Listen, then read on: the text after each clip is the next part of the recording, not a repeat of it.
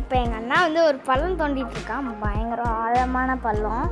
ரொம்ப நேரமாக தோண்டிகிட்டு இருக்கோம். ஃபஸ்ட்டு நானும் தான் ஹெல்ப் பண்ணிகிட்டு இருந்தேன். அப்புறம் எனக்கு கை சுத்தமாக எடுக்கல.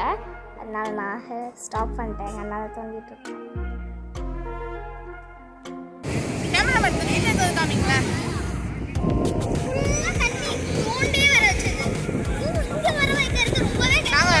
ஒரு 45 நிமிஷம் தோண்டிருந்தோம்.